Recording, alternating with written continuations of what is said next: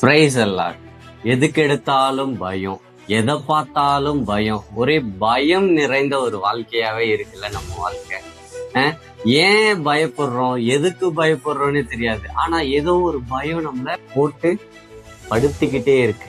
பயம் நிறைந்த வாழ்க்கையோட ஒரு போராட்டத்தின் மத்தியில இருக்கிறீங்களா? இன்றைக்கான வார்த்தை உங்களுக்கு. ஏசாயா 41வது அதிகாரம் 10வது வசனம். நீ பயப்படாதே, நான் உன்னுடனே கூட இருக்கிறேன். நீ திகையாதே, நான் உன் தேவன். நான் உன்னை பலப்படுத்தி உனக்கு சகாயம் பண்ணுவேன். என் நீதியின் கரத்தினால் உன்னை தாங்குவேன். இங்க பாத்தீங்களா வசனம் எவ்வளவு அழகா சொல்லுது. நீ பயப்படாத. ஃபர்ஸ்ட் நீ பயப்படாத. Don't fear. நான் உன் கூட தான் இருக்கேன். நான் உன் கூட தான் இருக்கேன்.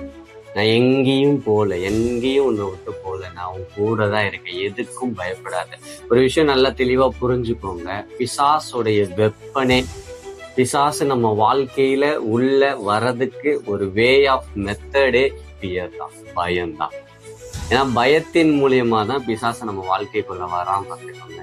அதனால நம்ம எதுக்கும் பயப்பட வேண்டாம். இங்க வசனம் தெளிவா சொல்லுது, நான் உன்னுடனே கூட இருக்கிறேன். அவர் நம்ம கூட இருக்கும்போது நம்ம எதுக்கு இங்க பயப்படணும்? எதை குறிச்சு நம்ம பயப்பட தேவையில்லை. ஏன் அப்படின்னா பிசாசு தான் நம்ம வாழ்க்கையில பயத்தை கொண்டு வரான். அதுல எந்தவித டவுட்டும் கிடையாது. ஆனால் பிசாசை மேற்கொள்ளக்கூடிய நம்முடைய பரிசுத்த தேவன் நம்மளோடு கூட இருக்கிறார். அதனால நம்ம எதுக்கும் பயப்பட தேவை. Don't fear. ஒன்னும் ஆகாது. பிசாசால ஒன்னும் பண்ண முடியாது. ஃபர்ஸ்ட் அது தெளிவா புரிஞ்சுக்கோங்க. அதனால பயத்தை மட்டும்தான் நம்மளுக்கு கொடுக்க முடியுமே தவிர வேற எந்த அதிகாரமும் அவனுக்கு இல்லை.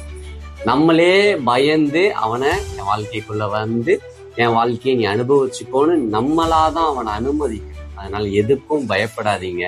பயந்தீங்க அப்படின்னா தேவையில்லாத குழப்பங்கள் வரும். தேவையில்லாத குழப்பங்கள் தவறான முடிவுகளை எடுக்க வைக்கும். வாழ்க்கையில தோல்வி அடைஞ்சிருவீங்க.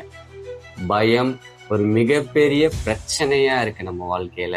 இந்த வசனம் அழகா சொல்லுது, நீ பயப்படாத, நான் உன் கூட இருக்கிறேன். நீ திகையாத, நான் உன் தேவன். என்னுடைய நீதியின் கரத்தினால் உன்னை தாங்குவேன்.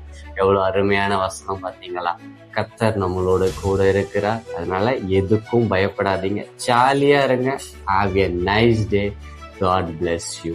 Amen.